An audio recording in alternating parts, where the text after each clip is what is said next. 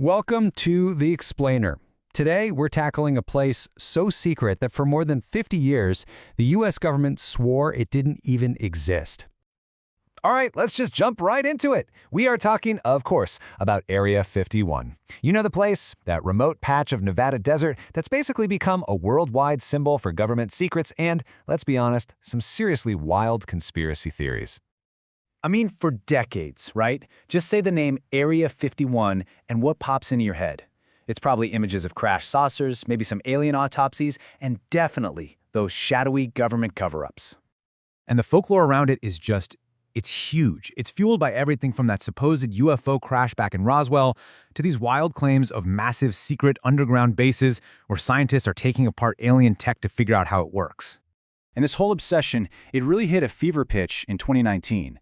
You probably remember this. A social media joke went completely viral, and suddenly you had over 2 million people RSVPing to storm Area 51. And what was the goal?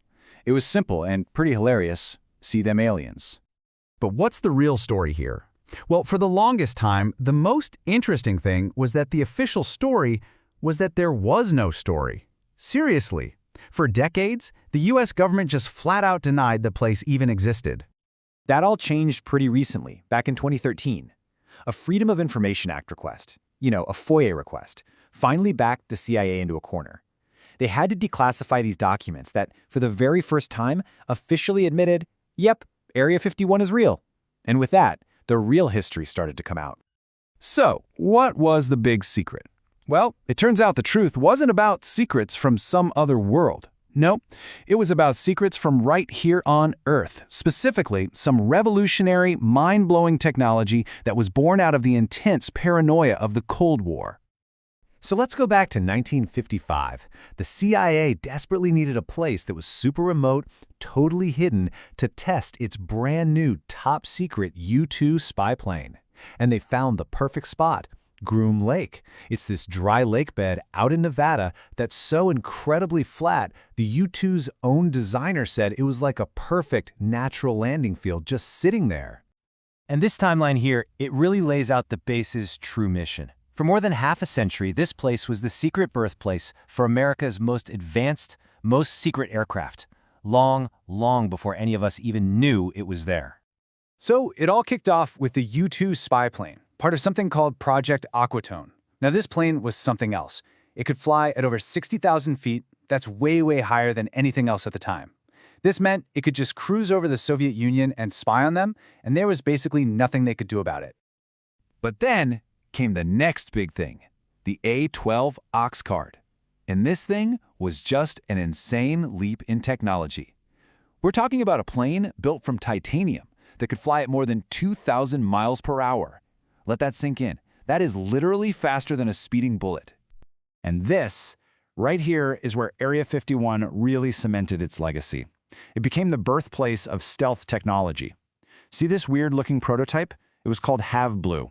It was tested in complete and total secrecy, and it led directly to one of the most iconic military planes ever, the F-117 Nighthawk.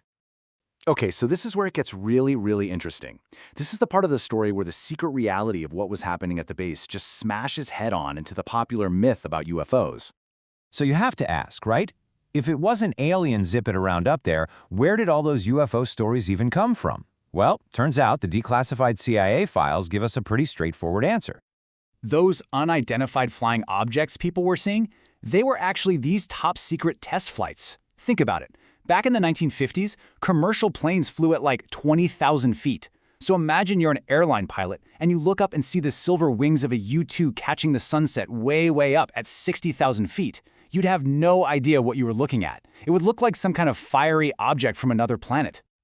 And can you even imagine seeing the A-12 OXCART for the first time? Its wide, kind of disc-shaped body just screaming across the sky at dusk. It would catch the sun's rays in this bizarre way that could fool absolutely anyone into thinking they'd just seen a flying saucer. And get this, the Air Force actually encouraged the UFO stories. It was the perfect cover to make their secret projects even more secret. But look, this level of intense secrecy kept up for decades. It came with a really high price. And I'm not just talking about money.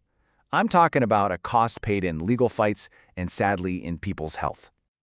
I mean, the base is basically a fortress in the middle of the desert. The edge of the property is marked with these really stark orange posts and signs that don't mince words. It's patrolled by those infamous camo dudes in their white pickups, and the whole area is wired with motion sensors buried in the ground. And this secrecy wasn't just enforced by guards and fences. It was enforced in court, using this really powerful legal tool called the state secrets privilege. It basically let the government walk into a courtroom and shut down a lawsuit just by saying, sorry, we can't talk about that. It would harm national security. And we saw this play out in a big way back in 1994. A group of former workers sued. They claimed they had terrible health problems because they were forced to burn unknown, toxic chemicals in these huge open pits. What happened? The government invoked state secrets. Then, President Clinton actually signed a special exemption just for the base. And just like that, the case was dismissed. The workers were left with no evidence and no answers. So, okay, we've peeled back all these layers of myth, of secrecy, of aliens. So, what's the big takeaway? What is the real story of Area 51? When you get right down to it, the true story of Area 51 is a reminder of something pretty amazing. It shows us that human ingenuity, when it's pushed to the absolute edge of what's possible, can create mysteries that are just as awe-inspiring as any story about aliens.